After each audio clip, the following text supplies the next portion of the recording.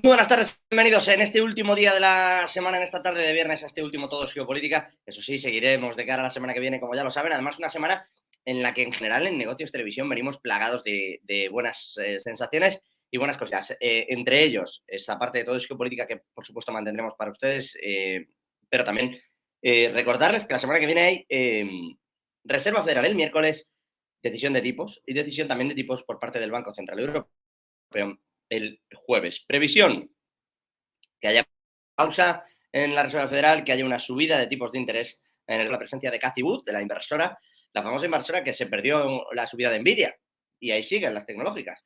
Y podremos también charlar con ella, evidentemente se lo contaremos todo, les daremos todos los detalles y estaremos con todos ustedes. Hoy, y en lo que nos toca, y como siempre con mucha suerte además con los mejores analistas, vamos a hablar una vez más de los distintos capítulos que se vienen sucediendo, en particular desde que la guerra entre Rusia y Ucrania desató una guerra de bloques, económicamente hablando en el mundo, o a menos la sacó a la luz. Quizás ya existía, sobre todo por los diferentes intereses de uno y otro lado, pero desde luego destapó lo que había y lo hizo florecer. En esa línea, por cierto, hemos estado viendo un intercambio importante a lo largo de esta semana bueno, de rumores, de propaganda, de información, de lo que ustedes quieran, pero que ha derivado sobre todo en un acuerdo del grano que decayó el lunes y que ahora tiene al mundo prácticamente pues pendiente de ese hilo, porque se habla de crisis alimentaria, pero en realidad no es tal o no parece tal. Solo el 3% del grano que salía de Ucrania, desde Ucrania, cuidado, iba a parar a África. El resto, en realidad, lo pone Rusia, que ya ha dicho que va a poner también de su parte para que llegue ese grano. El problema lo tiene Europa, que ahí sí hay un problema. Deja de llegar grano. A todo esto, en el día de hoy se suma que India, que está viendo cómo le empiezan a subir los costes y que ha navegado fantásticamente bien este mar revuelto económico de un lado y del otro, lo ha hecho de forma, la verdad, admirable, sacándole dinero a uno y otro lado del bloque, está viendo cómo ahora se encarecen algunos productos, se encarecen los precios de determinadas cuestiones y a día de hoy mismo, hace apenas unas horas, ha emitido la orden de prohibición de exportación de arroz blanco no basmati fuera de India. Es India uno de los mayores productores de arroz del mundo. Grano y arroz, arroz y grano. Y nos acercamos al invierno donde, les decía yo, hay decisión de tipos ahora de Reserva Federal y Banco Central Europeo, donde los bancos centrales se afanan en intentar frenar una inflación que yo no sé si esto va a hacer.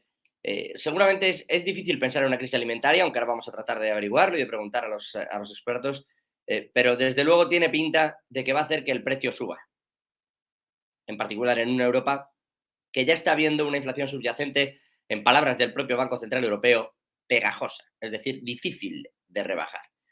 Todo este marco, todo este escenario, amén de lo que viene ocurriendo además en términos bélicos entre Ucrania y Rusia, entre Rusia y Ucrania. Si me permiten, y al otro lado de la pantalla creo que tenemos ya a Miguel Ángel Temprano, experto en geopolítica. Miguel Ángel, muy buenas tardes, ¿cómo está? ¿Qué tal? Muy buenas tardes, José. Está también Juan Antonio Aguilar, director del Instituto Español de Geopolítica. Juan Antonio, un gusto, muy buenas tardes. Buenas tardes, un A los placer. dos, les traslado esa pregunta, doble pregunta. ¿Hay crisis alimentaria con todo esto que estamos viendo? Y dos, si no la hay o si la hay, vamos a ver subidas de precios. Miguel Ángel, Juan Antonio.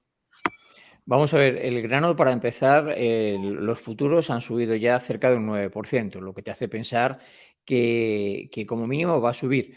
El grano de cereal es importante, pero es importante fundamentalmente para alimentar a los animales, más que para otra cosa, porque realmente el pan no es la parte sustancial. El problema viene con el arroz, porque el arroz y el pollo es la comida de la gran mayoría del planeta, la primera fuente de hidratos de carbono y de proteínas de gran parte del planeta.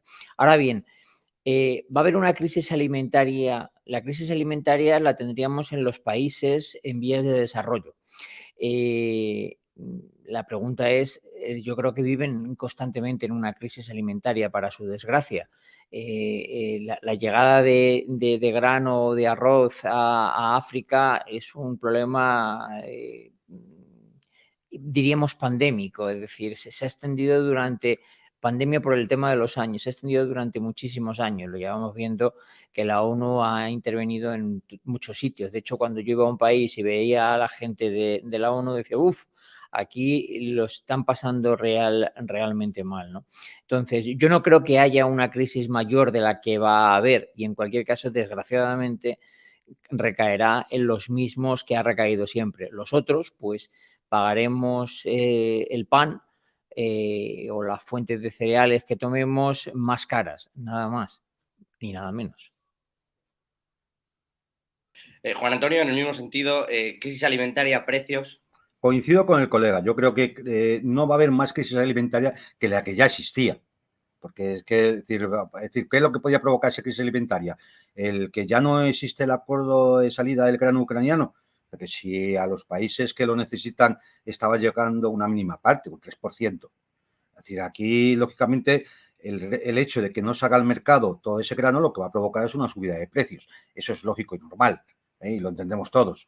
Esa subida de precios, claro que afectará también a los países más pobres, es decir, a los más necesitados, claro que afectará, pero como en tantas y tantos productos, es decir, lamentablemente es así, su capacidad adquisitiva siempre va a ser menor. Esta subida de precios también va a afectar y posiblemente más en Europa. ¿Y por qué en Europa? Pues porque ese grano ucraniano, es decir, salía en una buena parte, creo que aproximadamente era un 11% iba a China y a Bangladesh, pero es decir, casi el 13% venía a la Unión Europea. Es decir, es que cuando oímos hablar esto de que Rusia está provocando una hambruna y va a provocar una crisis alimentaria, hombre, no nos tomen el pelo. Es decir, el 13% de ese grano venía a Europa, pero es más, es que la mayor parte de ese 13%, exactamente aproximadamente un 6%, es que viene a España. Entonces, hombre, pensar que en España hace falta el 6% del grano ucraniano solamente que para dar de comer a la ganadería, para el trigo, para el de consumo humano aquí, para las harinas en España, no lo sé. De hecho, a mí me gustaría conocer los balances de exportación e importación de ese grano una vez que sale de Ucrania. Saber a qué precio se compra y saber luego cómo se distribuye y a qué precio se distribuye dentro de la Unión Europea y si se está exportando a otros sitios. No sea que estemos ante una maniobra también de especulación con los granos. Es decir, en el fondo sería especular con la hambruna, ¿no? Es decir, esto sería bastante grave. Pero la situación real es esa. De crisis alimentaria, no más de la que ya existía. ¿Esto va a provocar alguna situación en especial? Sí, habrá un aumento de precios, pero esto también lo hemos visto en la energía, lo hemos visto en el gas, lo hemos visto en el petróleo, lo hemos visto en otra serie de productos que están sujetos ahora mismo a distintas acciones internacionales en distintos países por esta locura que ha entrado de ir poniendo dificultades a los mercados y claro, eso acaba provocando económicamente subidas de precios y situaciones complicadas. Dentro de esto, Perdón, habría que conocer José. dónde va cada cosa. Bueno, al parecer, a África como tal, el 3% del grano ucraniano. Ya se lo digo, y casi todo, como comentabais, acaba viniendo pues, para pagar o para alimentar reses y ganado en líneas generales en determinados países de Europa, especialmente en España. Cuidado con este asunto. Pero más allá de lo que sale y no sale, esto se está enfocando como que Rusia lo está utilizando como un arma. Hoy ha dicho Vladimir Putin, no sé qué opinión les merece, que en realidad es que en Europa están dejando de calar algunos mensajes que se habían dado hasta ahora y que es evidente que no se está generando una crisis alimentaria. Y que si Europa quiere el grano, que le parece bien y que no tiene nada que ver con una crisis alimentaria, que entonces cumpla las condiciones de dejar entrar el sistema SWIFT a algún banco ruso y en la misma línea que también le levante la prohibición que tiene, el veto que tiene de la exportación de alimentos desde Rusia hacia el interior de Europa. Yo no sé si esto se va a cumplir o no, pero Erdogan, por ejemplo, nuevo flamante miembro de la Unión Europea de pleno derecho, está insistiendo en ello. Oiga, pues cedan por ese lado. ¿Creen que eso va a ocurrir, que se va a ceder al sistema SWIFT? Porque ayer se prorrogaron las sanciones por parte de Europa. Antes de hablar del SWIFT, una de las cosas que ha pedido Putin es que le dejen exportar fertilizantes. Es decir, uno de los graves problemas que hemos tenido durante todo el año pasado es que la fabricación de fertilizantes es altamente demandante de gas. De hecho, lo primero que ocurrió es que la mayor empresa de fertilizantes de Europa, que estaba en el Reino Unido, tuvo que cerrar. los fertilizantes se encarecieron de tal manera, todos los que están derivados del nitrógeno se encarecieron de tal manera que hicieron que muchos agricultores no sembrasen porque tenían miedo de no poder transmitir ese precio al producto final cuando saliese. Si a eso le juntas que adicionalmente ha llegado una época de sequía y que la producción ha sido menor, pues eso ha hecho que los precios estén donde estén, inclusive cuando el precio del gas se ha recuperado, el precio a la baja se ha recuperado. Entonces, claro, vamos a lo de antes. Te dejamos que exportes los fertilizantes, pero no te damos entrada en el sistema SWIFT, que te está machacando tu sistema bancario. Parece complicado. Yo creo que estamos en una situación donde lo primero es hipocresía por parte de Europa. Y cuidado, yo soy de los que apoyo descaradamente a Ucrania, porque permitimos que los países compren petróleo de India, que tiene su origen en Rusia, y que quien la ha refinado son los indios. Con lo cual suena un poco raro. Hacemos las transmisiones esta de los buques fantasmas que se han hablado en el Mediterráneo sobre petróleo. Es decir, toda una amalgama de hipocresía que nos lleva. Yo no creo que vayamos a levantar las sanciones en el sistema SWIFT a determinados. Además es curioso, solamente a determinados, a otros no vaya a ser que no tengamos manera de pagarles el gas, ¿no? Entonces, claro, también es cierto, sancionar a alguien cuando te está sancionando a ti es como castigar a tu hijo porque se ha portado mal y eso te impide a ti ir a la playa. Pues entonces no sabes muy bien qué es mejor, si el remedio o la enfermedad. Juan Antonio. Vamos a ver, yo creo que estamos ante unos absurdos completos. Es decir, todo el mundo sabe, y los occidentales saben perfectamente, que Rusia es un país productor de gas natural, que es un productor de petróleo, que es el principal productor de grano. Es decir, lo que no puedes pretender es sancionarlo y luego lamentarte de que falta el grano. Lo que no puedes hacer es llegar a un acuerdo para la salida del grano ucraniano con un memorándum en el que se especifican efectivamente la posibilidad de que se dé salida a los fertilizantes y al grano ruso y no cumplirlo. Es decir, vamos a ver, aquí hay unos señores que por apoyar a Ucrania están jugando con fuego y nos están metiendo a todos en un embolado. Esta es la realidad. Yo no tengo por qué pagar las consecuencias del apoyo de Bruselas y de la OTAN a Ucrania. Y lo digo yo, los españoles y los italianos y los franceses, no nos han preguntado. No nos han preguntado. Entonces, lo que no nos pueden llevar es al absurdo. Ah, no, le voy a dejar pasar los fertilizantes, pero como no tiene usted posibilidad de cobrarlo porque no le tengo abierto el SWIFT a su banco, a un banco, que pedían un banco. Entonces, claro, pues no hay fertilizantes. Y entonces nos extrañamos. Oh, qué malos son. No nos dejan sacar no nos traen los fertilizantes. Hombre, vamos a ser serios. Vamos a ser serios. Es decir, todo esto nos está llevando a una situación que, bueno, vamos a ver, porque los precios, como decía el compañero, los precios del gas pues han recuperado a unos niveles aceptables. Bueno, vamos a ver, faltan 3 meses para que empiece a llegar las bajadas de temperaturas y ya veremos, a ver qué es lo que empieza a pasar. Es decir, no podemos estar jugando no con la economía, que es que esto son palabras a veces muy abstractas, no podemos estar jugando con el pan de la gente,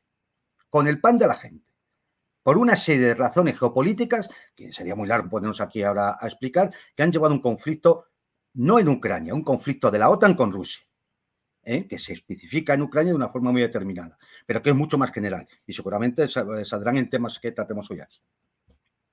De hecho, os lanzo ya para ir directamente. No estamos viendo de momento esas subidas en los precios del gas, etcétera. Sí lo estamos viendo en el grano, como comentaba Miguel Ángel al principio, que ya ha subido un 9%. Lo vamos a ver en el arroz, a tenor de lo dicho hoy por India, seguramente. Es decir, sí se va a encarecer la vida. Además, un dato que siempre añadimos, y me permitan 12 segundos solo para la explicación. Cuando decimos que la inflación cae, la inflación no baja. O sea, baja respecto al año anterior, pero el precio sigue subiendo. Es decir, que caiga de un 10 a un 5 es una fantástica noticia porque sube mucho menos, pero no es que ahora cuesten un 5% menos los alimentos, sino que la subida es solo del 5 frente al 10% anterior. Eso es decir, tiene una menor aceleración. Pero la velocidad Pero de sigue subida, subiendo. claro, la tendencia Pero sigue. sigue subiendo. Es decir, Y en esa simplemente línea, va para además, arriba. esa inflación subyacente, que es la que nos toca a todos, y donde están los alimentos, porque se suele decir, no, es que la subyacente excluye alimentos y energía. No, excluye alimentos frescos. Pero toda la parte de envasados, procesados y etcétera, que consumimos bastante a menudo, esta sí está subiendo. Y es parte de lo que a usted le toca al bolsillo, igual que tantas otras cosas. Claro. En fin, o la vivienda y tantas cosas. Mientras luchan contra esto los bancos centrales, decía, esto en realidad es parte de un conflicto que hay detrás. He hecho esta pregunta toda la semana a todo el que ha entrado aquí y tengo muchas ganas de oír a Miguel Ángel y también a Juan Antonio. ¿Creen que el conflicto acaba entre septiembre y noviembre porque los aliados le han dicho a Zelensky que hasta aquí? No, yo desgraciadamente creo que no va a acabar.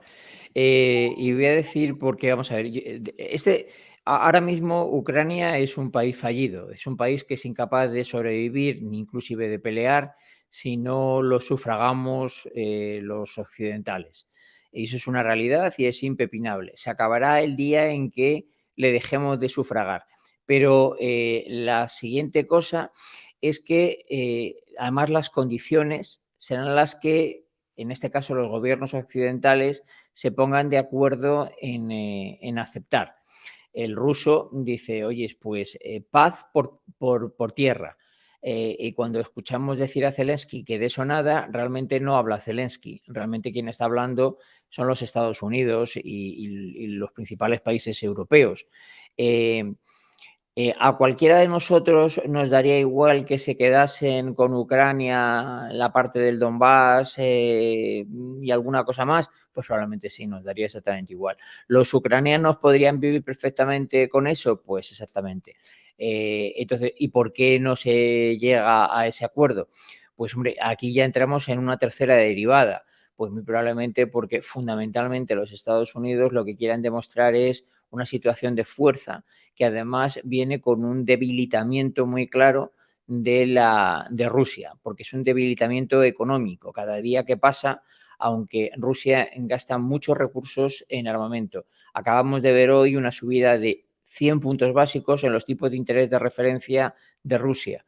Es una barbaridad de una atacada. Esta gente, desde que estuvieron en el 20, luego lo bajaron y han mantenido un tipo de interés bastante bajo, y es porque sencillamente las declaraciones que han hecho es porque, además de que ven que los salarios se incrementan, obviamente porque hay una presión inflacionaria, es porque cada vez se encuentran con que su moneda, el rublo, está más débil y necesitan fortalecerla de alguna manera.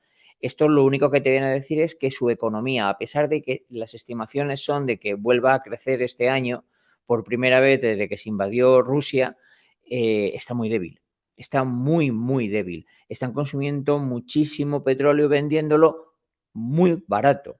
O sea, el West Texas estaba en unos 75, ha estado durante prácticamente todo el mes en 70. Ellos lo venden fundamentalmente a la India y a Indonesia, bueno, y una parte a China, pero más pequeña que la que venden a la India, por debajo de 40. No se saben las cifras exactas, pero parece ser que India, por datos indirectos, está comprando a Rusia por debajo de $40. Es decir, realmente ganan dinero por volumen, no por margen. Y eso debilita mucho a la economía, y yo creo que es la intención claramente de en este caso de los americanos, ¿no? De los norteamericanos, de debilitarlo. Por lo tanto, yo creo que todos estaríamos de acuerdo en que, oye, bueno, ya hemos llegado, le hemos parado los pies, ya hemos demostrado que, oye, no puedes hacer lo que hizo Hitler invadiendo un trozo de Checoslovaquia al principio, la República Checa al principio de la Segunda Guerra Mundial. No te vamos a dejar, pero bueno, paremos esto, porque esto es una sangría económica mundial. Que haya una paz, que se queden con Crimea, que se queden con lo que realmente tenían antes de invadir Ucrania en el 2020, ya no lo sé ni en qué año fue, o sea, ya estoy tan perdido, en el 2022. Pero no va a haber un acuerdo, seguro. De acuerdo. Ese sería definitivo. No tanto por el acuerdo en sí, porque aquí comentaba alguno, bueno, Antonio Alonso, que creo que también le conocen, hemos intervenido en algunas ocasiones juntos, decía, bueno, a lo mejor hay un armisticio y la cosa se queda ahí durante años. Allí están en Corea, por ejemplo, ¿no? Un poco tenía esa teoría, pero sobre todo la tenía, y le traslado también la misma pregunta a Aguilar. si cree o no que va a haber un acuerdo, llámelo, no digo paz, Miguel Ángel, paz, armisticio, pero un freno al conflicto, en tanto que parece que esto de seguir enviando armas y municiones está empezando a cansar a los aliados. Recuerden a Ben Wallace diciendo desde el Ministerio de Defensa de Reino Unido que no somos Amazon. Vamos a ver. Es decir, yo tampoco creo que vaya a haber ningún acuerdo. O sea, no se da ninguna de las condiciones. De hecho, todos los que están hablando de acuerdos y de intentar volver a la mesa de negociación y demás, viene de los países occidentales, de los países OTAN. Rusia no está diciendo nada de eso. Rusia puede aguantar. Os aseguro que puede aguantar. Yo me voy para allá dentro de unos días, tengo mucho contacto allí, ¿vale? Y os aseguro que puede aguantar. Claro que efectivamente está vendiendo sus productos, el petróleo o el gas natural, a un precio más bajo. Sí, pero por ejemplo el petróleo es que lo produce entre 10 y 15 dólares. Si lo vende a 40, puede aguantar. ¿Que eso implica que su economía está debilitada? Sí, claro, está más debilitada. Al igual que las economías occidentales, o es que están muy bollantes, ¿no? Claro, es decir, vamos a ver, la economía rusa ahora mismo está prácticamente en semieconomía de guerra y por lo tanto tendrá que hacer lo que tenga que hacer. Y igual que ha bajado tipo de interés, lo sube en función del valor en un momento determinado del rublo y que necesite exportar o importar más, depende del momento.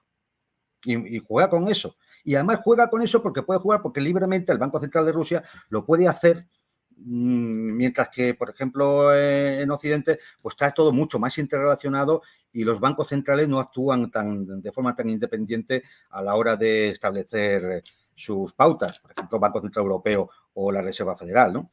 Yo creo que no se dan las condiciones, pero además por una razón muy sencilla, porque esto no es la invasión de Checoslovaquia. Miguel, esto no es simplemente por obtener tierra. Hay unos territorios históricos rusos, que efectivamente existe una población prorrusa, que efectivamente existe un tema de responsabilidad de proteger, establecido por Naciones Unidas, pero no, está aquí una cuestión estratégica que afecta a la seguridad colectiva europea, en el cual hay un principio desde el Acta de Helsinki del año 97 clarísimo, creo que es el artículo 13 o el 10, una cosa así, en el cual se establece de una forma clara que no se puede privilegiar la seguridad nacional de un país a costa de la seguridad de otro. Y esto es lo que está pasando a medida que la OTAN ha ido avanzando hacia el este. Y el objetivo estratégico ruso no es exactamente resolver la cuestión ucraniana, que también, sino llegar a negociar un tratado de seguridad colectiva en Europa, que devuelva a la OTAN y sobre todo su sistema de armas estratégicos, lo devuelva a las fronteras del 97. No que los bálticos o Polonia dejen de ser de la OTAN, no, que los sistemas de armas estratégicas vuelvan a sus fronteras del 97. Ese es realmente el objetivo estratégico que tiene Rusia. Y bueno, mientras al menos no se empiece a hablar de eso, yo no creo que se den condiciones, ni muchísimo menos para empezar unas negociaciones. Y lo estamos viendo. De hecho, Rusia no habla de negociaciones en ningún momento. Es verdad que no. No solo no habla, sino que lo único cuando se habla de negociaciones se refieren a aquellas que en teoría quedaron truncadas en su momento, cuando se supone que Zelensky estaba dispuesto a negociar. Que, por cierto, aprovecho para preguntaros por esto. Esta misma semana, en distintas conferencias con periodistas, Zelensky ha dicho que en su momento se planteó llegar a un acuerdo y ha vuelto a deslizar esa idea de que se pueda negociar y acordar. Ha dicho textualmente: espero que la salida de la guerra sea una vía diplomática, aunque no hablaré con Putin personalmente. Eso es imposición de los países occidentales. ¿Perdón? Eso es imposición de los países occidentales, que efectivamente empiezan a ver que esto no puede alargarse porque es que militarmente no se va a poder mantener la afluencia de armamento y el coste.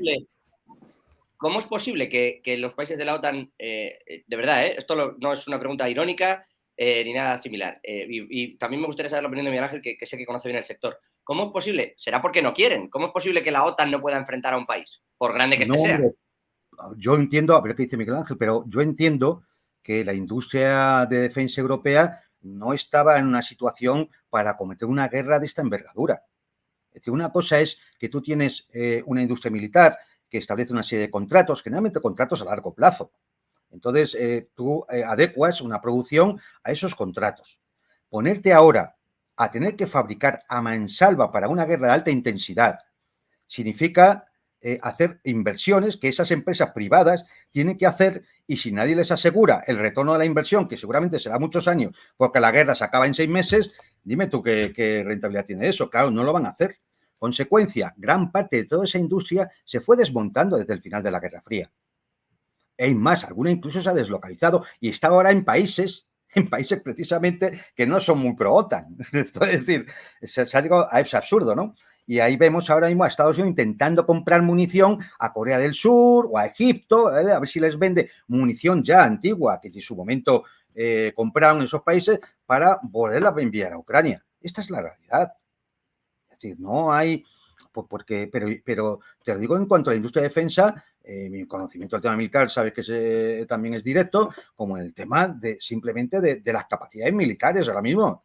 Es decir, cuando oigo hablar de que se van a mandar 300.000 combatientes a las fronteras del este, lo va a mandar la OTAN, yo empiezo a preguntarme, no sé de dónde los van a sacar, porque 300.000 por 3 rotaciones al año, que mínimo, son 900.000 hombres, ni sumando todos los ejércitos de la Europa Occidental.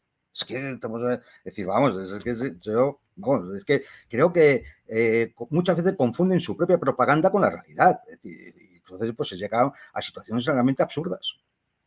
Miguel Ángel, al respecto de esto que está comentando Aguilar y de cómo ve usted el sector, porque de verdad que se me hace sorprendente. Entiendo que si la OTAN no juega esto es porque no quiere jugar. Bueno, yo sabes que tengo una historia directa en la industria militar, ¿no? Por eso Vamos a ver, industria militar en Europa no hay en todos los países, ni muchísimo menos. La industria militar en Europa empezó a cambiar con la finalización de la guerra Irán-Irak. La guerra Irán-Irak dio vida a la industria militar durante muchos años porque fue una guerra muy similar a la que estamos viendo ahora. Es decir, donde no hay cambio de posiciones prácticamente. Es decir, hemos visto que en Bakhmut se han tirado peleándose no sé cuantísimo tiempo. Se está hablando de 50.000 proyectiles de entre 105 y 203 milímetros diarios. Eso es una barbaridad, una barbaridad. Es decir, nosotros consumiríamos nuestro arsenal de reserva en, yo creo que aproximadamente 5 días. Si fuésemos a esa velocidad. Los americanos se les ha acabado la munición de 105 y 155 milímetros, que son la que disparan con sus cañones. Entonces, y por eso han dicho que les van a entregar bombas de racimo con el objetivo de que dichas bombas de racimo solamente las lancen detrás de la frontera ucraniana, es decir, que no ataquen por detrás de las líneas de frontera rusa. La única industria militar europea capaz de producir en masa es la francesa y la inglesa, ni la alemana, la Eso le principal iba a decir, compañía. digo, Rheinmetall tampoco. Rheinmetall acaba de comprar mi antigua compañía. Bueno, hará unos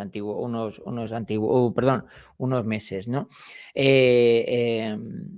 Bueno, Rheinmetall y que es el principal fabricante de cañones de larga distancia y participa activamente fabricando los tubos de los carros Leopard, porque realmente el montador es Klaus Maffei, pues su capacidad da para lo que da, no nos equivoquemos, ¿no? Italia no tiene, Portugal no tiene, bueno, Italia y Portugal la tienen la que España. Industrias militares, la española sobrevivió adecuadamente después de pasarlo muy mal porque se adecuó a pedidos muy pequeños, pedidos que a la industria inglesa y francesa realmente no le eran interesantes.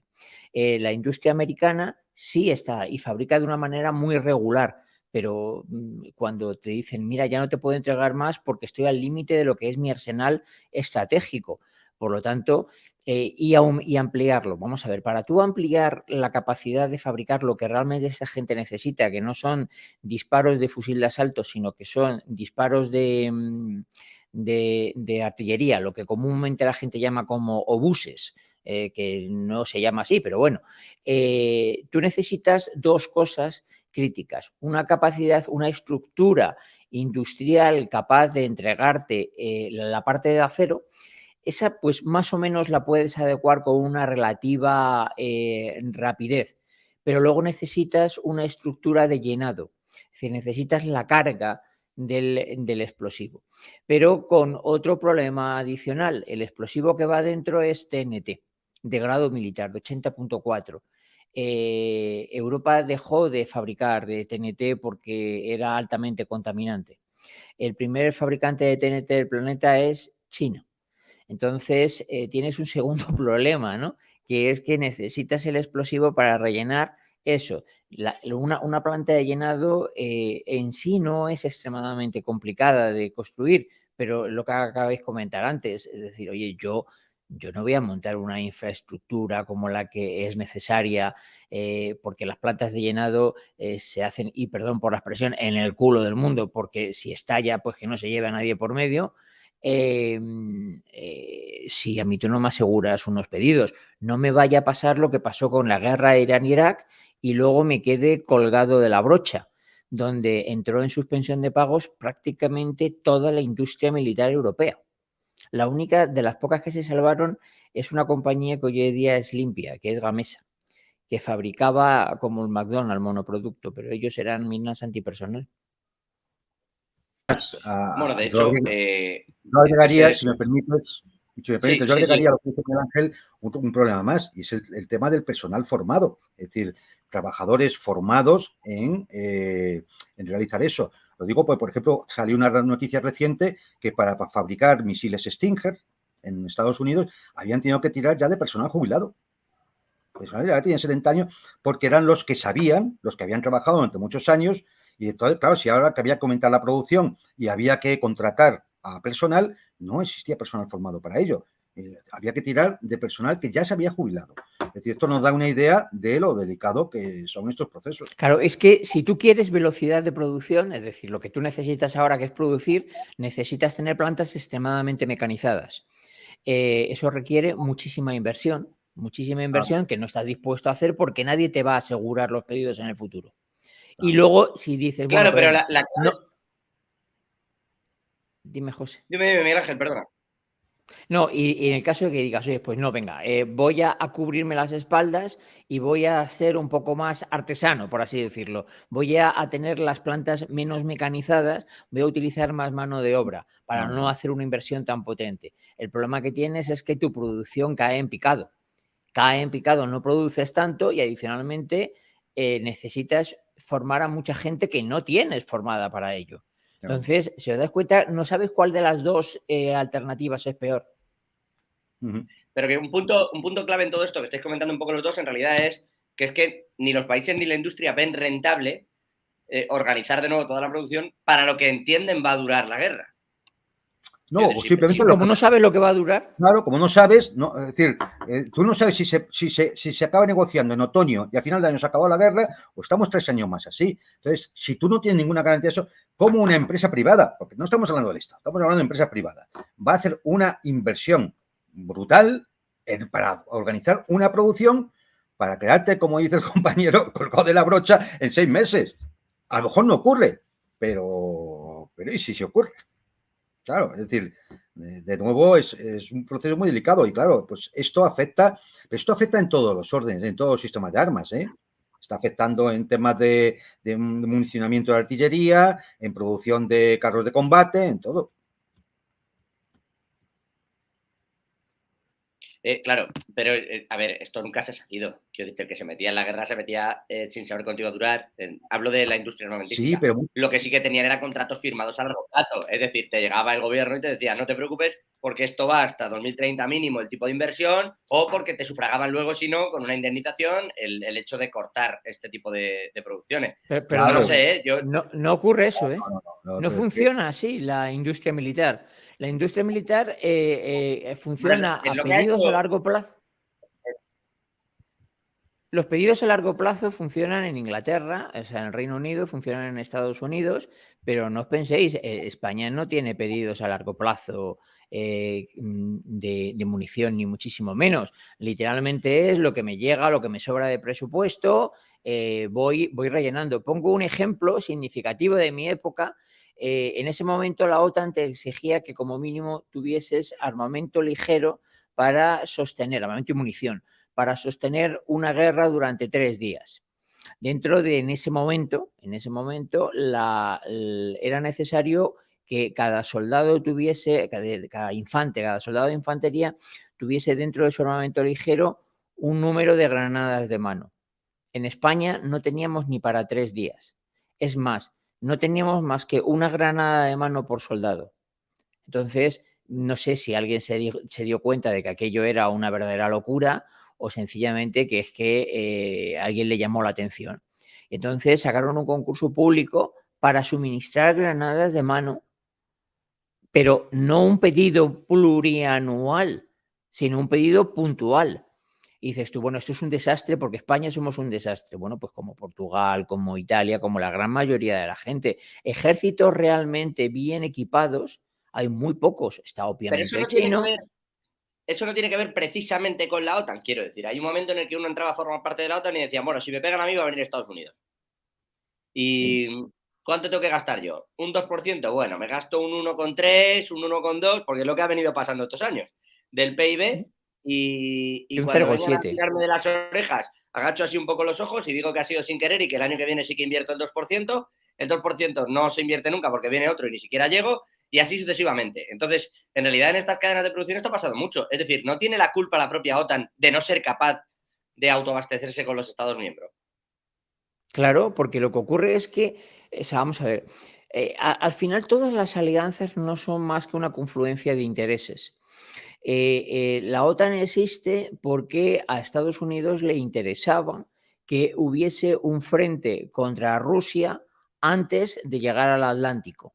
Entonces le interesaba que los países occidentales de Europa fuesen su primer flanco.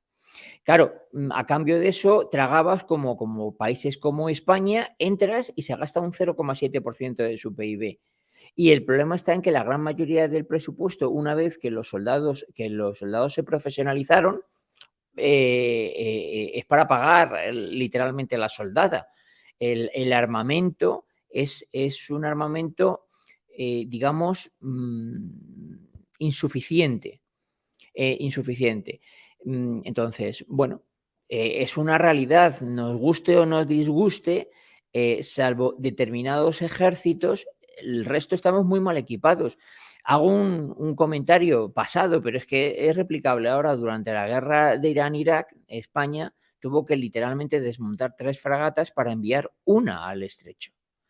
Pues porque no tenía armamento, es decir, la fragata que tuvimos estaba a 1000 kilómetros de las líneas del frente. Es decir, estaba como si la tienes en París, ¿no? Y las peleas es aquí. Es Bueno, la misma línea que ahora, ¿no? El otro día anunció Margarita Robles el envío de Leopards, de camiones de suministro, de ambulantes, y dijo, una vez estén reacondicionadas, dijo. Sí, Reacondicionadas. canibalizados unos Que con otros. venía a ser, hay que montarlas que no porque si funcionan. no vamos a mandar el asunto regular. Claro. El A que ver, decía, hay que tener en cuenta también que desde la Guerra Fría, los ejércitos europeos, los ejércitos de la OTAN, prácticamente todos han disminuido, algunos hasta un tercio de lo que eran. Entonces, claro, eso implicaba que se necesitaba menos material para todo y para equipar a la gente, para maniobras y entrenamiento, etcétera. Con lo cual, realmente se fue gastando cada vez menos en gastos militares. Esa es la realidad. Con lo cual, yo he tenido compañeros, altos mandos, que han estado en Bruselas en cursos de la OTAN y demás, y me decían, mira, Juan Antonio, es que allí se ponen a contar cuerpos de ejército, divisiones, brigadas, que no existen. Que no existen. Por eso decía yo antes lo de los 300.000 soldados en Europa del Este, ¿de dónde van a salir? Es decir, porque realmente no hay tanto. Los presupuestos de la OTAN, que son exagerados, estamos hablando de aproximadamente 1,2, 1,3 billones con B de dólares frente a 87.000 millones de Rusia. Hace 90.000. Es decir, son presupuestos exagerados, pero han ido a invertirse muchísimo en sistemas de armas carísimos, de baja producción y en, como decía el compañero, en pagar, lógicamente, a ejércitos profesionales, que son muy caros. les traslado entonces la pregunta. Llegados a este punto, me dice Miguel Ángel, no, si es que ni Alemania invierte a largo plazo. Bueno, ahora se ha gastado 4.000 millones en Rheinmetall y a lo que le dé, quiero decir, no es un pedido concreto, sino ve produciendo a la cadena, ¿no? Es la primera vez que lo hace. Vamos a ver cómo le sale. Pero claramente Alemania ha puesto las barbas en remojo, en particular después de la caída del Nord Stream, de tener que renunciar a su principal flujo de energía y de ser prácticamente a quien están poniendo en todas las fotografías cuando se busca la excusa de por qué se envían tanques o por qué no. Recordad que Estados Unidos no decidió mandar los Abrams hasta que Europa no había puesto ya los Leopard casi en el campo de batalla, como si llegara después. Así ha sido continuamente. Primero decían, no, vamos a enviar Abrams. Y cuando ya Europa decía, vamos con los Leopard y los ponemos, entonces parecían llegar los Abrams. Así era una y otra vez, así ha pasado todo el rato. Pero en esta circunstancia, y no creyendo, como no creéis ninguno, que el conflicto acabe en este 2023, entonces, ¿en qué posición queda Zelensky? ¿Cómo creéis que va a quedar todo este asunto? Porque no deja de enviarse munición, no somos capaces de producirla. Creo que era Juan Antonio que comentaba antes. Se le está mandando incluso ya bombas de racimo, no porque no se crea que pueda ser o que puede ir contra los derechos humanos, sino porque no hay otras. Entonces ya se está mandando hasta esa. Entonces, llegados a este punto, en realidad, ¿qué va a ocurrir? Porque si no se firma nada, si no se negocia nada, ¿su teoría cuál es? Que no se negocia ni se firma porque Rusia no quiere, porque total, este conflicto va a acabar cuando Rusia quiera. Porque lo pregunto porque si no, ¿en qué punto va a quedar Zelensky y cómo se va a resolver esto? Porque si no se pueden enviar municiones y seguimos estancados. En lo que yo entiendo, Rusia está aplicando en parte la doctrina militar soviética, en la cual hay toda una primera fase de absorción que se llama absorción de energía, es decir, de desgaste del contrario. Lo va desgastando, no importa el tiempo, lo va desgastando porque Rusia al fin y al cabo tiene retaguardia estratégica de territorio y de demografía. Lo va desgastando hasta que se produzca un punto de ruptura, es decir, que se produzca el colapso del ejército enemigo. Eso puede ocurrir en 3 meses, en 6 meses o en 1 año y medio. Es así. Con lo cual, bueno, pues si la OTAN, que es la que ha estado manteniendo esta guerra desde abril más o menos del año pasado, desde el 2022, si en un momento no puede seguir el ritmo o ve que no hay posibilidad de lograr los objetivos militares, que supongo que es lo que ellos llaman la recuperación de todo el territorio de Ucrania, si no ven posibilidad en eso, intentarán forzar una especie de acuerdo o de congelamiento del conflicto, al estilo coreano o similar. Pero es que, claro, para eso, para la mesa de negociación llegar a un punto de acuerdo de ese tipo de acuerdo, hace falta que las dos partes quieran.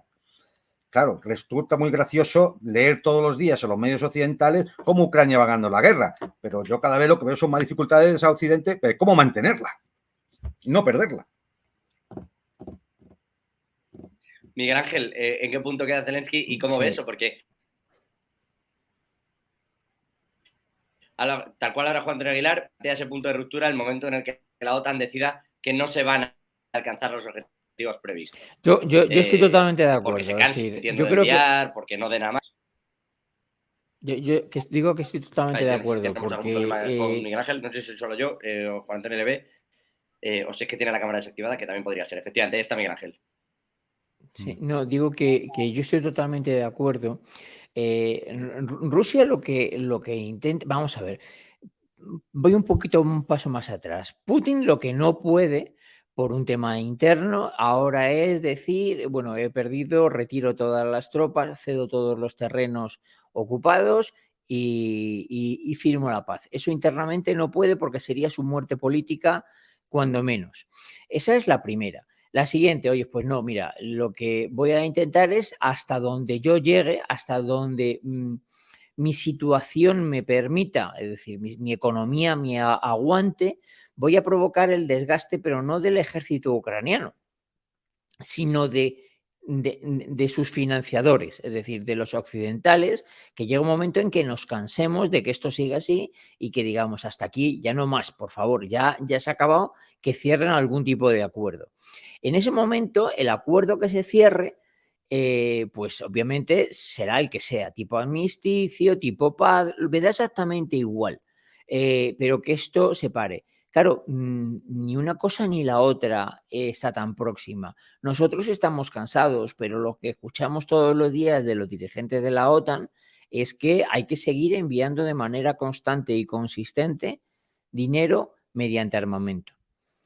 Claro, no tenemos capacidad de fabricarlo, nos estamos gastando una barbaridad y adicionalmente nuestras economías están sufriendo muchísimo.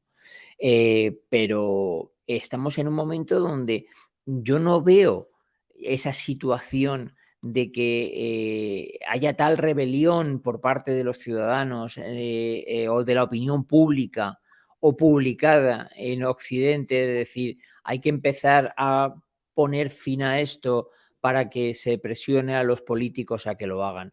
Lo que me hace pensar es que, bueno, sí, Zelensky, al final de cuentas, Zelensky y todo el gobierno ucraniano lo que hace es sobrevivir. Mientras que le envíes, tiene pocas alternativas, seguirá sobreviviendo. Cuando se la dejes de enviar, pues hará lo que le digas, si es que no puede hacer otra cosa.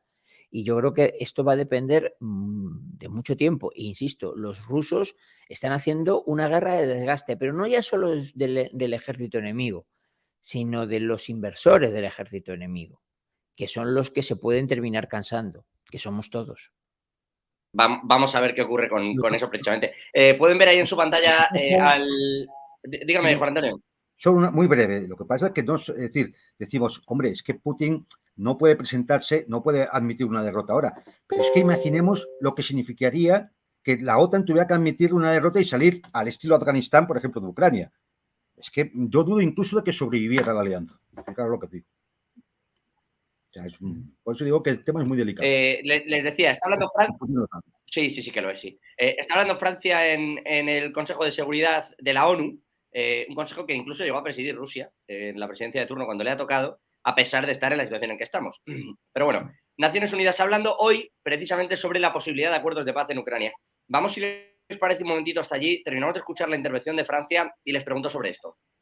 Pedimos que cese esta agresión y que Rusia retire todas sus tropas del territorio de Ucrania. Gracias. Gracias a la representación de Francia por esta declaración. No hemos podido llegar en mejor momento. Casi terminando diciendo casi lo que había que decir. Le pedimos a Rusia que retire todas sus tropas y que renuncie a lo que está ocurriendo. Dentro de todo esto, ¿qué papel le estáis viendo a la ONU?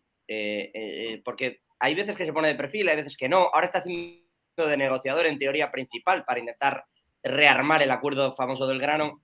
¿Qué papel le veis a Guterres, a la ONU y a este tipo de consejos de seguridad donde en realidad nunca sale ninguna resolución? Yo desgraciadamente me encantaría que la ONU tuviese un papel muchísimo más importante, pero desgraciadamente hace mucho tiempo que he desistido de intentar creérmelo. Y el papel de la ONU también desgraciadamente creo que es muy secundario en la gran mayoría de las cosas. Es decir, cuando los conflictos adquieren un determinado nivel, lo que se dice en la ONU acaba siendo completamente irrelevante. Para empezar, hay países con veto y entonces eso hace que los que estén metidos siempre en los follones grandes sean algunos de los países con veto, por lo tanto, se ha acabado, está vetado cualquier resolución. Entonces termina valiendo la ONU para cuando tenemos algún tipo de hambruna en algún país del tercer mundo que ya padecía alguna, pero que bueno, que ahora ya es exageradamente grande y desgraciadamente vale para poco más. Y es una pena, pero bueno, es la triste realidad. Juan Antonio, al respecto de la ONU.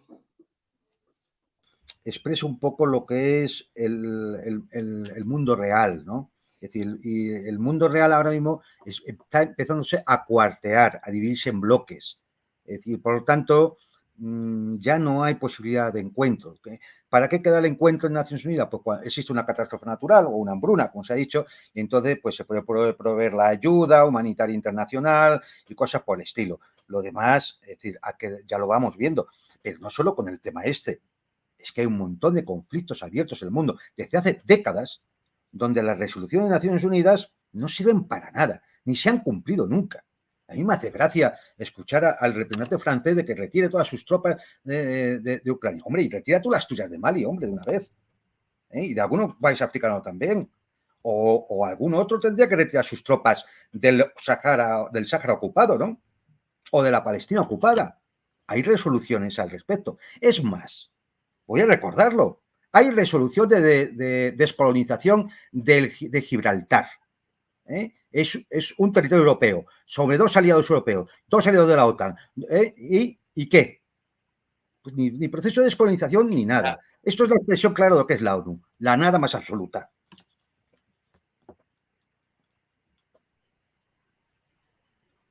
Le ves cierta hipocresía entonces a todo, entiendo. No tiene mayor... Es más, yo creo que le damos más importancia en estos momentos de la que realmente tiene.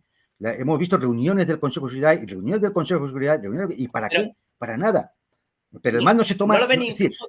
ni siquiera se toma en consideración lo que se podría hacer. Investigar Nord Stream, la voladura, no se hace. Investigar los laboratorios biológicos en nuclear, no se hace. No se hace nada. Es decir, van allí, sueltan cada uno su discursito, si hay que vetar, se veta y se acabó. Y a otra cosa. Iba a decir, ¿ni siquiera le veis cierto papel a Guterres como negociador? Ninguno. Vamos a ver, Guterres, yo creo que es de los pocos políticos de raza que tenemos en Europa que ha demostrado ser capaz de llegar a unos niveles de acuerdos sustanciales. El problema es que esto le sobrepasa. Al final, los miembros permanentes del Consejo de Seguridad de Naciones Unidas, que son los que tienen derecho de veto, toman decisiones a las cuales Guterres puede intentar que se llegue a un acuerdo, pero vamos a ver, puede intentar hacer de mediador cuando la cosa esté lo suficientemente preparada ya porque ambos estén de acuerdo en llegar a un acuerdo, pero hemos visto como de manera sistemática una y otra vez los vetos se han ejercido, no se han cerrado ningún acuerdo y muchas veces los mismos acuerdos de las Naciones Unidas no se han llevado a cabo, ¿no?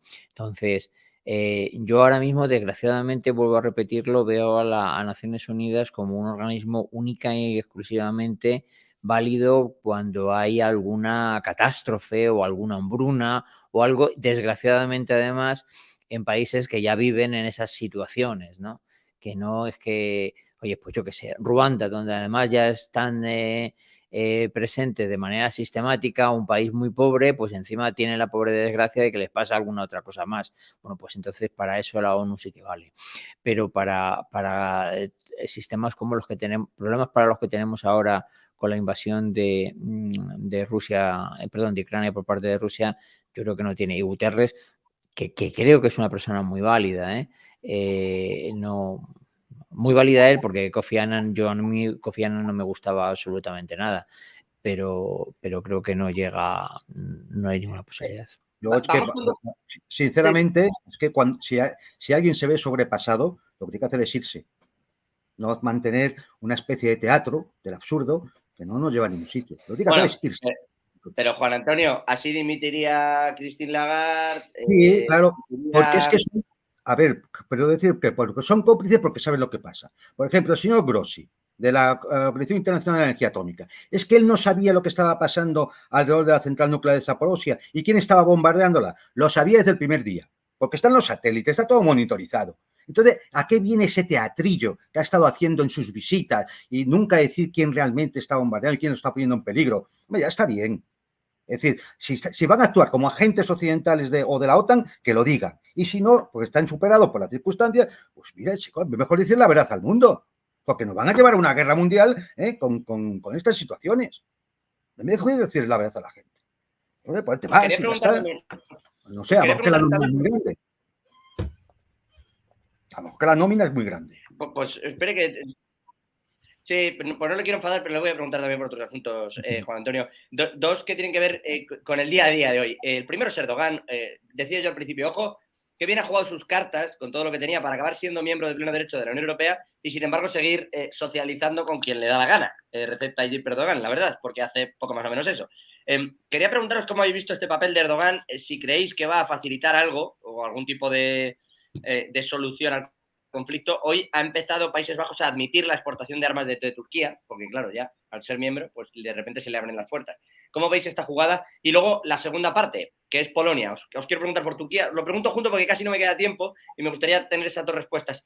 Primero, ¿qué pensáis de Turquía? Y segundo, ¿qué pensáis de Polonia? Que ha llegado a hablar incluso de entrar en conflicto con Bielorrusia ante el tema de las armas nucleares allí situadas y ha tenido que decir hoy Vladimir Putin que si se ataca a Bielorrusia es como atacar a Rusia.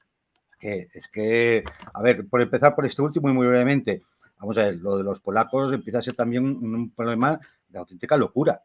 Es decir, es que están empeñados, tanto ellos como los bálticos, influenciados por Gran Bretaña, en llevarnos en abrir un frente más y llevar a Europa al incendio más absoluto.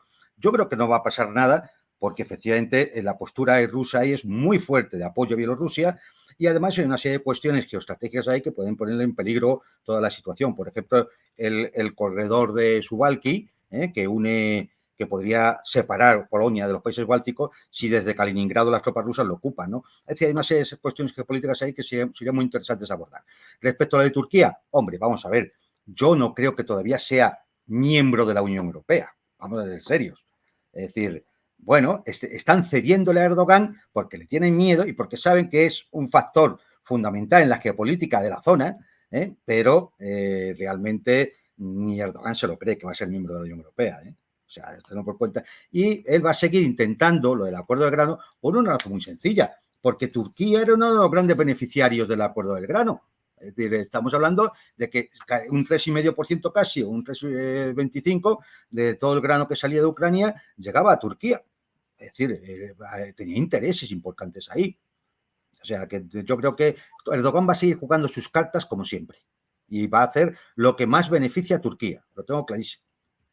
Miguel Ángel, sobre estas dos cuestiones, la parte polaca, decía Juan Antonio, no, o sea, más allá del teatrillo montado también, es imposible porque efectivamente es atacar a Rusia. Voy a acabar y sobre por Turquía, la sobre polaca. estas dos cuestiones, Miguel.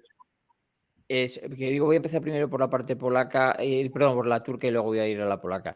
En geopolítica es crítico cuando no tienes fuerza cuál es tu posición geográfica. Entonces, el asunto está en que Erdogan ahora es un país fronterizo geopolíticamente hablando, es decir, de zonas de influencia. Entonces, tiene el control de la emigración de los sirios, tiene un acceso directísimo al Mar Negro, que es el punto, digamos, de conflicto marítimo. No sé.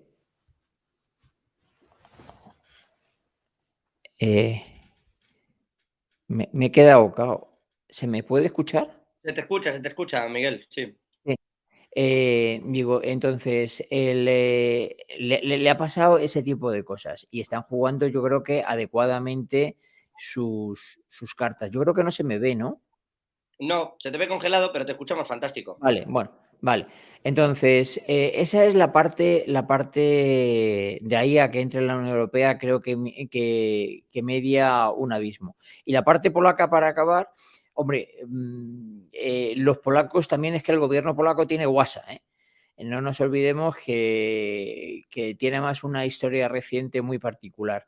Entonces, yo no creo que vaya a haber un conflicto ni por asomo, porque sería lo último que le interesaría a los países occidentales ahora, tener otra línea de frente en la que además tendrían que intervenir directamente ellos. Por lo tanto, yo creo que son palabrerías y obviamente no van a entrar en Bielorrusia, porque todos los países de la OTAN consideran a Bielorrusia una parte real de Rusia.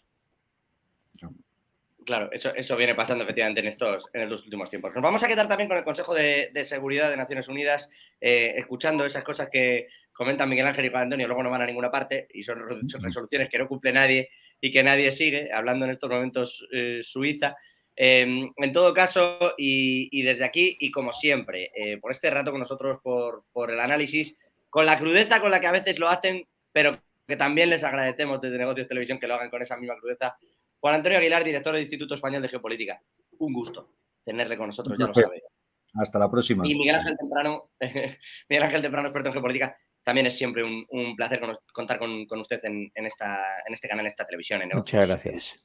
Gracias a los dos. Nos vamos a quedar con el Consejo de Naciones Unidas, que claro, es desalentador, después de la charla que acabamos de tener, escuchar a Naciones Unidas, si no sabe uno en realidad lo que está pasando ni para qué sirven las resoluciones que allí se den. Porque como bien comentaba Juan Antonio Aguilar, claro, saca a gente de Mali, Francia, si quieres que yo saque a los míos de Ucrania, ¿qué pasa con Gibraltar? ¿Qué pasa con tantas y tantas otras cosas que tienen resoluciones hechas y que no van a ninguna parte? Lo cierto es que hoy se está discutiendo en ese consejo precisamente el qué y el cómo se podría llegar a un proceso de paz. Lo normal, cada vez que hemos visto uno de estos asuntos, lo digo para que más o menos estén puestos en contexto, es que no solo no se hable de esto, del proceso de paz, sino que en realidad se dediquen unos y otros a opinar sobre el conflicto y a, como han escuchado a Francia, intentar en sus intervenciones, bueno, pues dar una serie de instrucciones a lo que sería el bando enemigo. Así cada uno.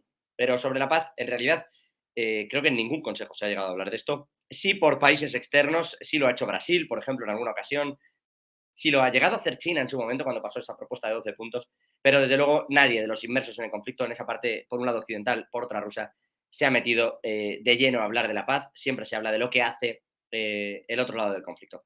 Con eso, les decía, nos vamos a quedar, con eso les vamos a dejar y con toda la programación de Negocios Televisión, invitándoles, como siempre, también a que continúen con nosotros en estas charlas de tarde de Todos Geopolítica a partir también del próximo lunes. Como siempre, un abrazo y esperamos estar a su altura. Gracias por estar ahí.